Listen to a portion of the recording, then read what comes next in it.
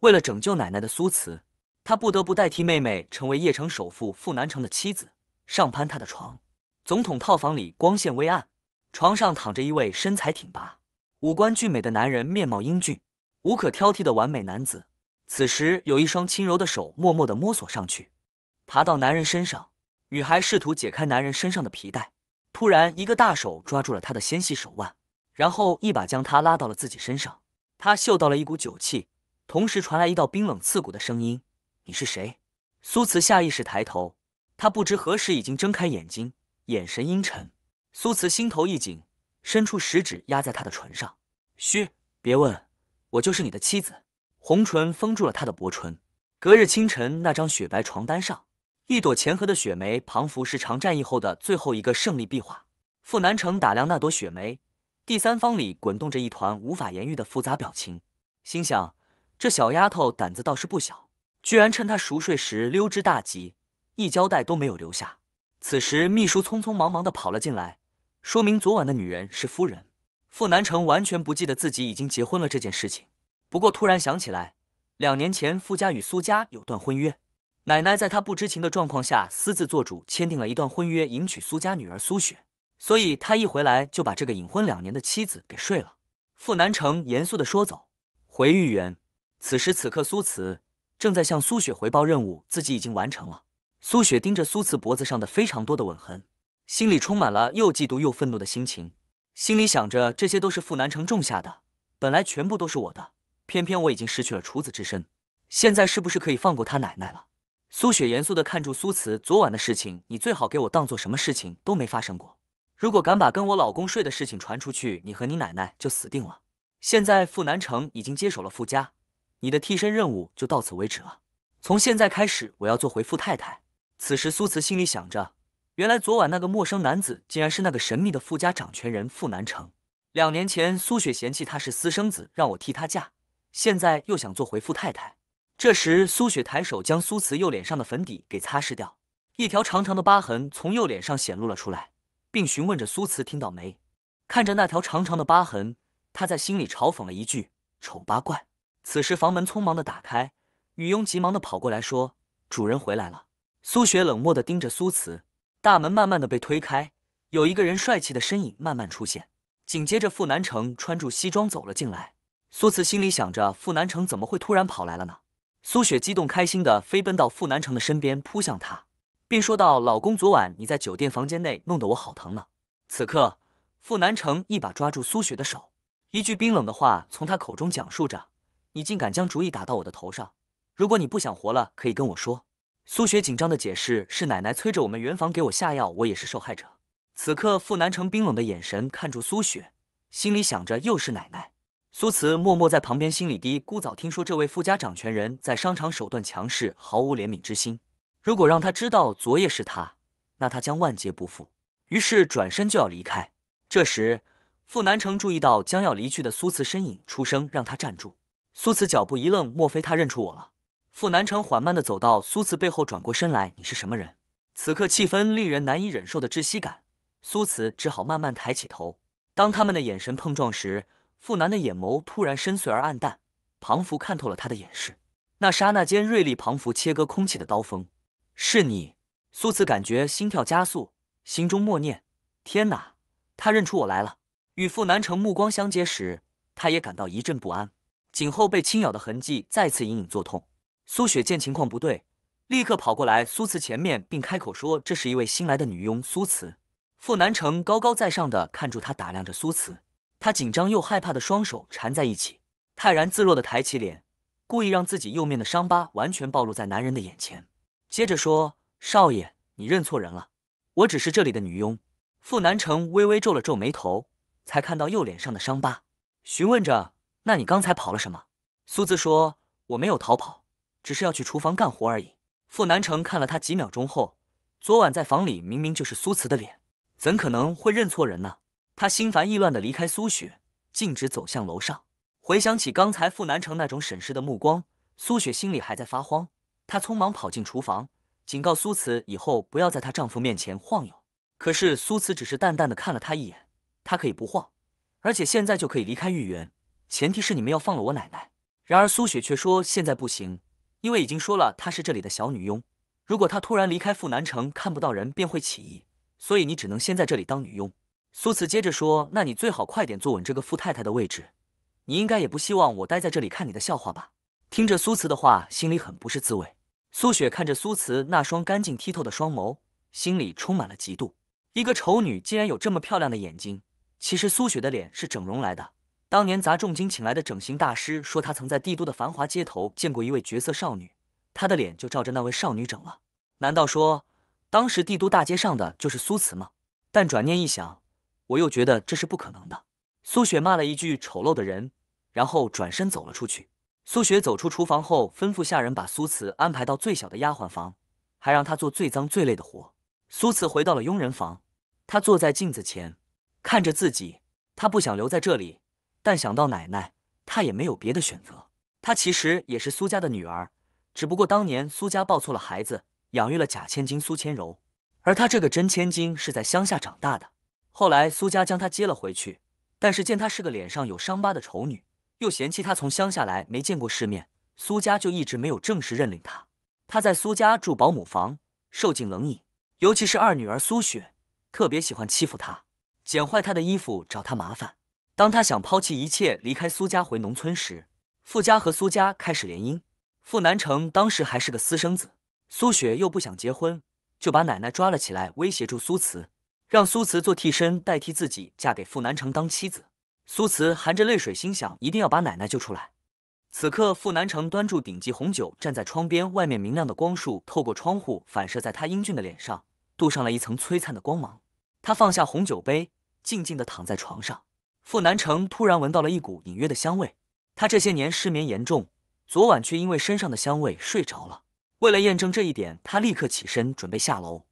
刚走出房门，来到了客厅，找到了那个非常熟悉的身影。他立刻走了过去，将他的手放在他的腰上，然后用两只手将他搂在怀里。隔着薄薄的布料，男人宽阔精瘦的胸膛从后面压在他的身上。苏慈愣了一下，这时男人英俊的脸凑近了闻他粉色锦缎的味道，然后问苏雪为什么这么香，用的是什么香水。不用回头，他都能猜到后面是傅南城。苏慈的小脸瞬间染上一抹红晕，心脏也不受控制的砰砰直跳。少爷，你认错人了，我不是少奶奶。傅南城这才发现自己抱的不是苏雪，这已是他第二次认错人了。外面传来的女佣的声音喊着少奶奶，苏慈一慌，连忙伸出手用力推开了她，手指碰到了玫瑰花枝上的尖刺，他的指尖被扎出了鲜血，一滴滴落下来。傅南城看着他惊慌不安的样子，好像很怕自己，每次都不敢跟他对视。他低声问，伤哪里了？没事，谢谢少爷关心。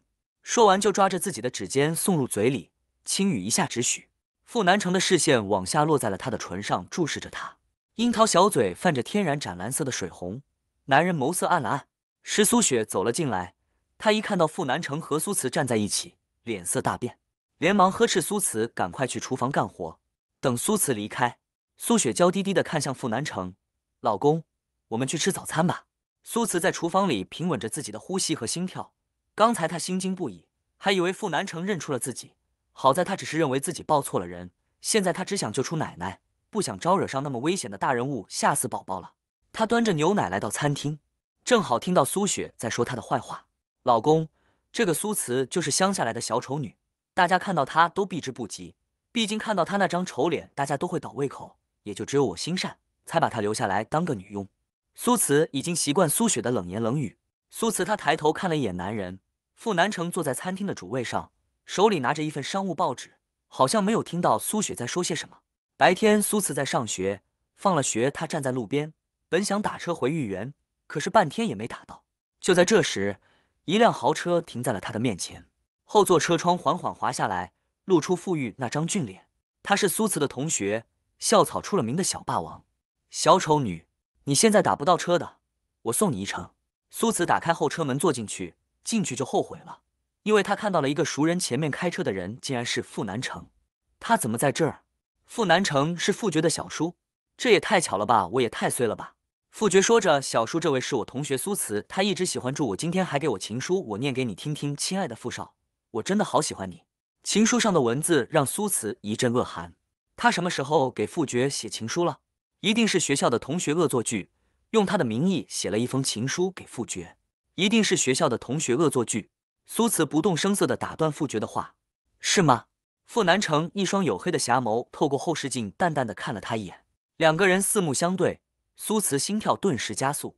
他不敢跟他对视，因为一对视他就想起那晚在酒店房间里盯着他看的眼神，凶狠阴厉，又翻涌着猩红的情潮。小丑女，没想到你这么喜欢我，那我们开始交往吧。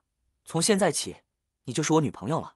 苏慈正要有所动作，这时刺耳的刹车声响起，傅南城在路边停了车，低沉富有磁性的嗓音在耳畔响起：“傅玉下车。”小说我还没到呢。傅南城严肃地说：“腿断了吗？自己跑几步就可以了。”心里想着他们两个谈恋爱跟我有什么关系？我在别扭什么？苏慈抬头看着冷漠薄情的男人，他一定认为那封情书就是他写的了吧？很快，车子停在了御人门口，男人没有说话，打开车门，抓着苏慈的手：“别去招惹我小侄子。”苏慈愣住了。傅南城躺在床上却无法入眠，因为床上残留的香气已经完全消散，所以他又开始失眠了。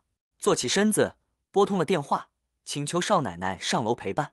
楼下的苏雪兴奋地与苏慈分享，今夜她将与丈夫共度良宵。苏慈面无表情，简单的祝福了一声恭喜。洗漱后的苏雪选了一瓶名牌香水，轻轻喷洒在身上。离开前不忘嘲讽苏慈一番，暗示自己才是真正的傅夫人。进入主卧之后，苏雪迫不及待地扑向傅南城，宣告自己的到来，却被他因为闻到他身上浓烈的香气而推开。傅南城质问为何他的香气与床上不同，这让苏雪心头一紧，意识到他其实是喜欢床上苏慈的香味。苏雪急忙解释，是因为他刚刚泡了花瓣浴，所以才掩盖了原本的香气。男人让他快点去冲澡，他要原本的香气，要不然这个傅太太就别想当了。苏雪感觉他今天心情很不好，也不知道是谁惹到他了，于是不敢怠慢，连忙跑了出去。苏慈洗漱完毕，准备就寝时，看到脸色铁青的苏雪走向他，告诉他傅南城已经将他赶出房间。雪带着怨恨的眼神告诉他，今晚必须代替自己去陪伴傅南城。苏慈震惊，回想起那男子穿着的目光，他坚决拒绝。苏雪眼里都是极度的怒火。他以为他想吗？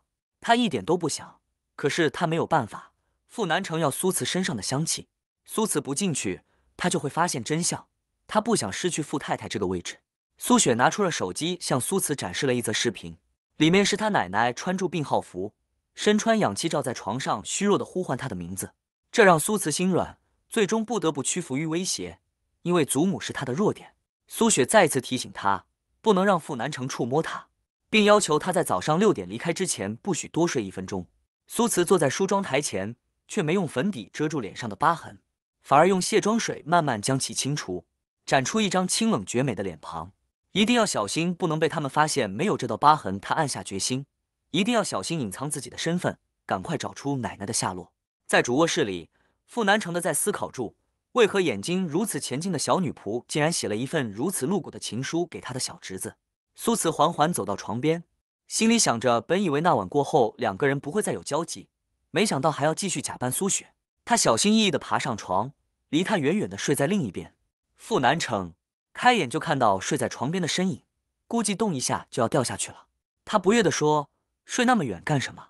过来睡我怀里。”苏慈心里并不想，可是现在她是苏雪，如果不睡过去，肯定会让她起疑，于是坐起来往男人身边靠去。傅南城忽然伸出手，一把抓住他的手，一个用力将人拉进怀里，然后搂上女人，将尖俊脸埋在他的脖颈去嗅了嗅。这个香气让他迷恋上次你还没告诉我用的什么香水。苏慈僵硬地躺在他的怀里，说自己没用香水。男人手指把玩着他的一缕秀发，那你是说这是你的体香？男人低沉的嗓音带着一点笑意。苏慈脸上一红，我不是这个意思，少爷。傅南城迅速伸手捏住了他小巧的下颌，迫使他抬起头。你怎么叫我少爷了？心想只有那个小女佣才会叫他少爷。苏慈心里咯噔一跳，他因为紧张都忘记改口了。现在傅南城狐疑地看着他，连忙解释自己是因为第一次和他睡在一起，太紧张了。傅南城看着他的小脸，那晚爬我身上的时候不是挺大胆的。苏慈苍白无力地解释，那是因为当时中了老夫人的药。男人负着淡淡薄茧的手指，撒着他的下颌，问他那应该叫什么。想起苏雪那娇滴滴的一声声老公，苏慈整个人都觉得不好了。她想逃避，但是男人捏着她的下颌，强势霸道的作风让人逃无可逃。她飞快地叫了一声“老公”，然后将小脸躲在了他的怀里。如果有一天他知道自己怀里搂的是小女佣，会是什么反应？傅南城温柔地说道：“睡吧，晚安。”他睁开眼的时候，发现已经6点钟了，立马惊醒，坐了起来。他怕苏雪找他麻烦。男子被他吵醒了，开口，嗓音带着初醒慵懒语气询问：“怎么这么早？陪我再睡一会。”他能感觉到苏雪已经磨刀霍霍在门外等着了，他只能轻声安抚的男人，让他自己再睡会。傅南城不明白为何他走得这么着急，像是赶时间的样子。苏慈用非常迅速的身影消失在主卧室中，立刻回房间将脸上的伤疤补好。出了自己房间，遇到了脸色冰冷的苏雪，并询问着为何跟我老公多睡5分钟，是不是他的怀抱太温暖，让你舍不得出来？苏慈无语地说：“既然你这么不放心，我下次不要让我再去和你老公睡。”苏雪一想到苏慈躺在傅南城的怀里，他就极度的发狂。不过他有更重要的事情要做。你身上喷了什么香水？把香水交给我。苏慈不明白傅南城和苏雪为什么都问他喷的什么香水，但还是拿了一瓶给他。苏雪没想到苏慈给她的竟然是某顶级香水的限定款，可这瓶已经被用空了，那我不就要买到这瓶香水才能上傅南城的床？愤怒地说：“你这丑八怪，用什么限量版顶级香水给你用都浪费了。”苏慈抬手一把攥住了苏雪的手腕：“给你用就不浪费？那你倒是去买啊！这种顶级奢侈品，我求我妈这么久都拿不到，那苏慈是怎么拥有的呢？莫非是去偷的？”苏雪想要发飙，但是他的眼睛余光忽然看到傅南城的身影从主卧室里走出来，他眸中划过一抹诡异的笑，接着就尖叫了一声，整个人往后跌倒。“苏慈，你干嘛推我？”苏慈无语地看住他。傅南城的身影走到苏慈面前，指责地问他：“谁让你动手的？”并要求他立刻向苏雪道歉。苏慈先理直气壮说：“我没有推他，他是装的，所以我不会道歉。”苏雪扯着傅南城的手臂：“老公就是他，将我推倒的。”傅南城大声地说：“趁我现在还愿意给你机会，立刻道歉。”苏慈心里想着：我竟然对他还有所期待，我真傻。我不过是苏雪的替身，对他而言，我只是个陌生人罢了。苏雪得意地看住他。此刻，苏慈用力一推，把苏雪推倒，嘲讽地说着：“少奶奶，这一次才是我推你的，真是对不起啊！”说完便潇洒地转身。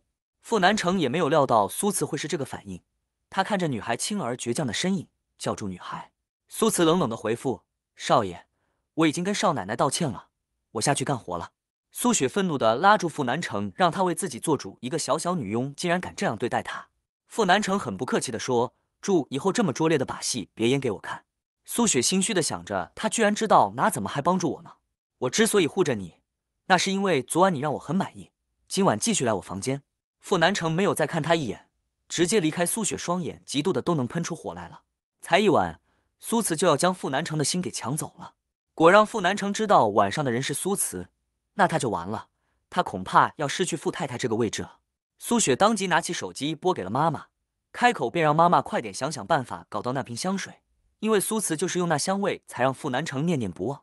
雪雪别着急，香水已经托人去买了。苏慈，我和你爸打算准备把她嫁人。苏雪听到这天大的好消息，露出阴险的笑容。嫁人？他们还准备了厚礼让苏慈送过去。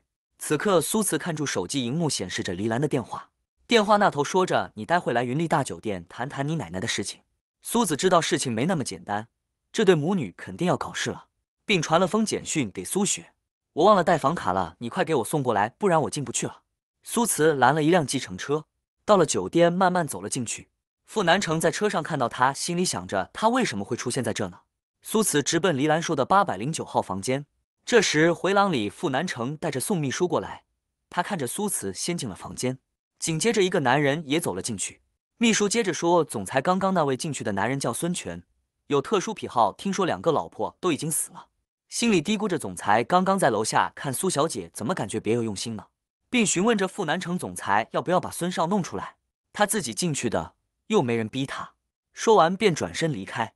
苏慈刚进房间，就听到了身后的脚步声，他扭头一看，就看到了一脸猥琐的男人。原来这就是黎兰约他出来的真正目的。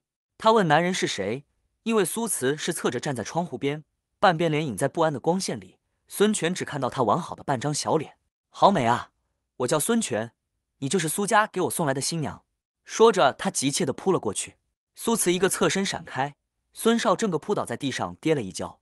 这时他将整张脸都转了过来，孙权就看到女孩那半张脸上狰狞的疤痕。你这个丑八怪是从哪里冒出来的？苏家竟然将你这种货色送给我！苏慈连忙开口，让他不要生气，这其中一定是有什么误会。我有个妹妹叫苏雪，她是邺城第一美人，想必她才是苏家送给你的新娘。孙权问：那他人呢？才刚说完，就见苏雪把门打开，走了进来。他收到了苏慈的短信，为了让苏慈和孙权顺利发展，他只能过来送房卡。只是他刚进房间，就被个男人抱在怀里。当孙权看他那张绝美的脸，猥琐的双眼当即迸溅出兴奋的光芒。邺城第一美人果然名不虚传，新娘子你可算来了。苏雪顿时懵了，放开我！你搞错了，苏子才是你的新娘。苏雪喊着叫救他，苏慈冷冷说道：邺城第一美女才能配得上孙少，我就不打扰你们了，关了上门离开。就在这时，他的手机响了，是傅觉，还以为傅玉是开玩笑的，怎么一直骚扰我？于是苏慈不理他，继续走着。可是这时前方走来了一道熟悉的身影，他慌乱的找地方躲。他试着推开手边的一个总统套房的房门，他快速躲了进去。是傅觉好像也直奔这个总统套房而来，嘴上还一直喊着小叔。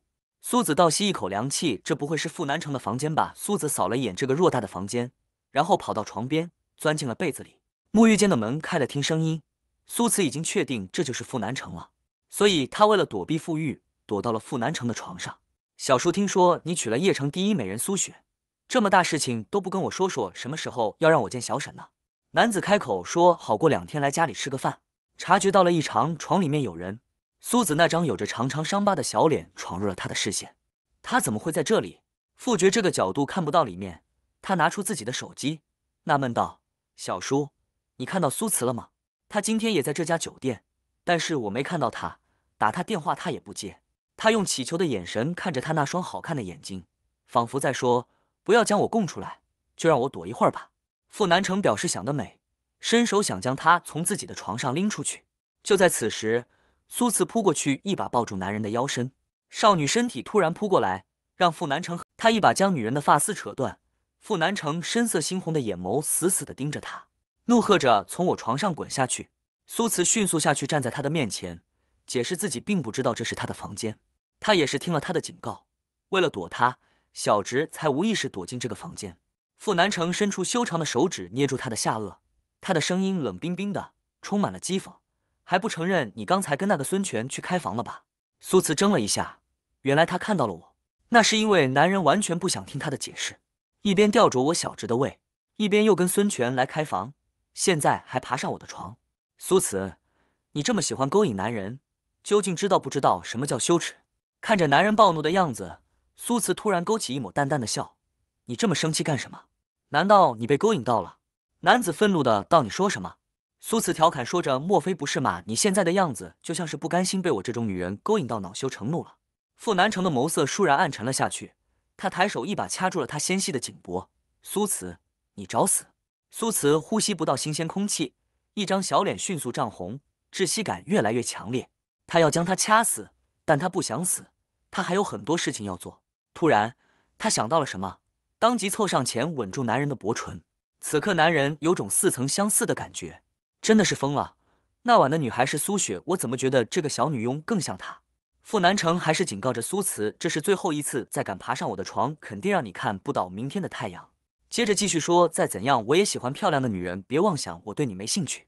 苏雪默默心里想着，谁稀罕让你感兴趣。苏慈进了洗手间后，用冷水洗了一把脸。傅南城讨厌他没有关系，反正就出奶奶，他就会消失在他的眼前。然后走出了云丽大酒店，努力将刚刚发生的一切全都忘记。这时傅玉从前方跑了过来，小丑女，原来你在这里啊，我找了你1半天了。苏慈心想，这个阴魂不散的傅玉竟然找来了，看来刚刚真的是白躲他了。目光冷淡的看过去，傅少找我有事吗？非要有事情才能找我女朋友吗？走，跟我约会去吧。苏慈解释道，傅少那封情书不是我写的，我也不喜欢你，不会做你女朋友的。苏慈想要离开，但是这时傅玉瞪大双眼，无比震惊的看住他。天啊，苏慈，你长这么漂亮，前麻扮丑啊！这时傅南城的身影从酒店慢慢走出来，傅玉发现傅南城在那，当即大声叫道：小叔，你快看苏慈的脸！苏慈立刻躲在他身后，不让傅南城看见自己的脸。傅少，请不要将我扮丑的事情告诉别人，尤其是你的小叔。傅玉好奇地问：“为什么？”因为这其中有很多复杂的原因，傅少求你了，千万帮我保密，别说出去。见苏慈的神色这么严肃，傅玉接着说：“我可以答应你，你也要答应我一件事情。”他疑问住：“问什么事？”当我女朋友，她连忙拒绝：“不行，我都说了不喜欢你，别在我身上浪费时间，我先走了。”一抬头就看到一段身影，傅南城冰冷的眼神盯着自己，只好继续躲在傅玉身后。男人看到这一幕更加怒了，朝他们走了过去。傅玉笑一笑：“那你当我1个月的女朋友，如果1个月你没喜欢我，那我就不缠住你了。再不答应的话，就要穿帮了。”好，我答应。